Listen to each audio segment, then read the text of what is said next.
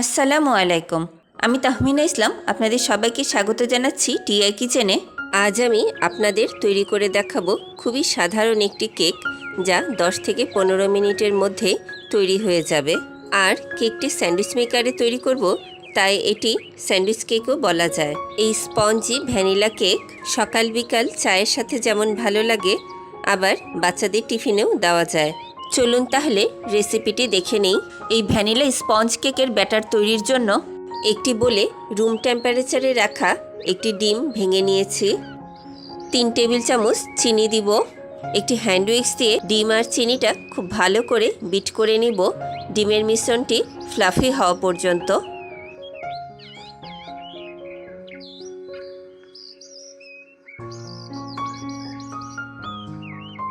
দুই টেবিল চামচ লিকুইড দুধ দিব। 1/4 কাপ তেল দিব। আধা চা চামচ ভ্যানিলা এসেন্স দিব। আবারও সব কিছু ভালো করে বিট করে নিব।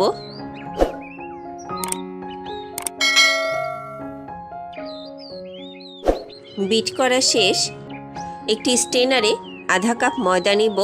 এটি প্যাকেটের আটা দিয়েও করা যাবে। আধা চা চামচ বেকিং পাউডার দিব। 1 চিমটি লবণ দিব কেকের মিষ্টির ব্যালেন্সের জন্য। এবার শুকনো উপকরণগুলি অল্প অল্প করে চেলে নিব আর মিক্স করব। এক ধার থেকে ঘুরিয়ে ঘুরিয়ে মিক্স করব। শুকনো উপকরণগুলি একবারে পুরোটা না দিয়ে 2-3 ধাপে দিয়ে মিক্স করলে মিক্স করতে যেমন সুবিধা হবে, তেমনি গোটা বা দলা পাকিয়ে যাবে না। আর এটা একদিক থেকে ঘুরিয়ে ঘুরিয়ে মিক্স করতে হবে।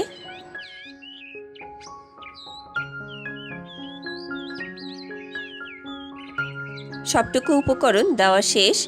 এবার ভালো করে মিক্স করে নিব।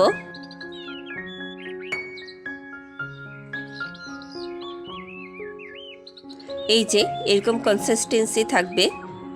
কেকের ব্যাটারটা রেডি হয়ে গেছে।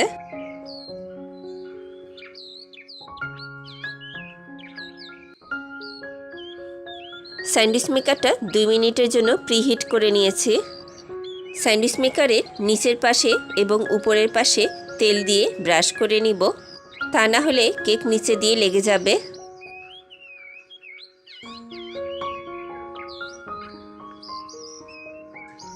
তেল ব্রাশ করা শেষ। এবার একটি চামচে করে কেকের ব্যাটার দিয়ে স্যান্ডউইচ মেকারের 4টি পকেটই ফিল করে দিব। যতটুকু করে লাগবে ততটুকু করেই দিবেন। পকেটগুলি ছোট করেও ভরতে পারেন, আবার পুরাটাও ভরে দিতে পারেন। যার যেভাবে ভালো লাগে সেভাবে ভরে দিবেন।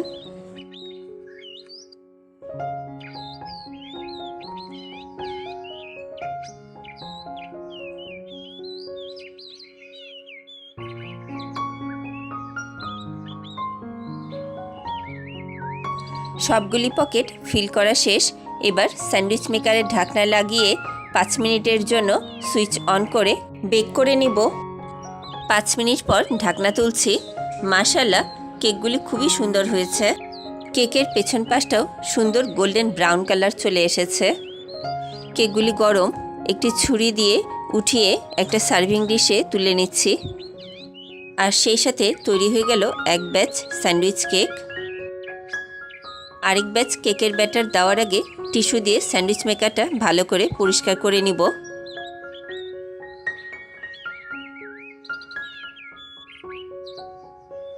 এবার আবারও তেল দিয়ে ব্রাশ করে নিব।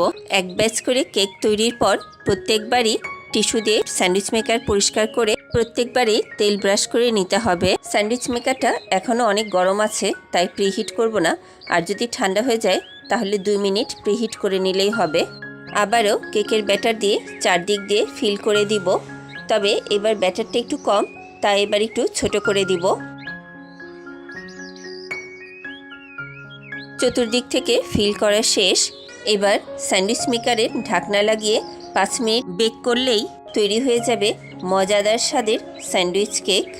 5 মিনিট পর ঢাকনা তুলছি। মাশাআল্লাহ, কেকগুলি দেখতে খুবই সুন্দর হয়েছে। একটি ছুরি দিয়ে তুলে সার্ভিং ডিশে উঠিয়ে নিব। কেকের ব্যাটারটা একটু কম ছিল বলে প্রথমবারের চেয়ে এবারে কেকগুলি একটু ছোট হয়েছে।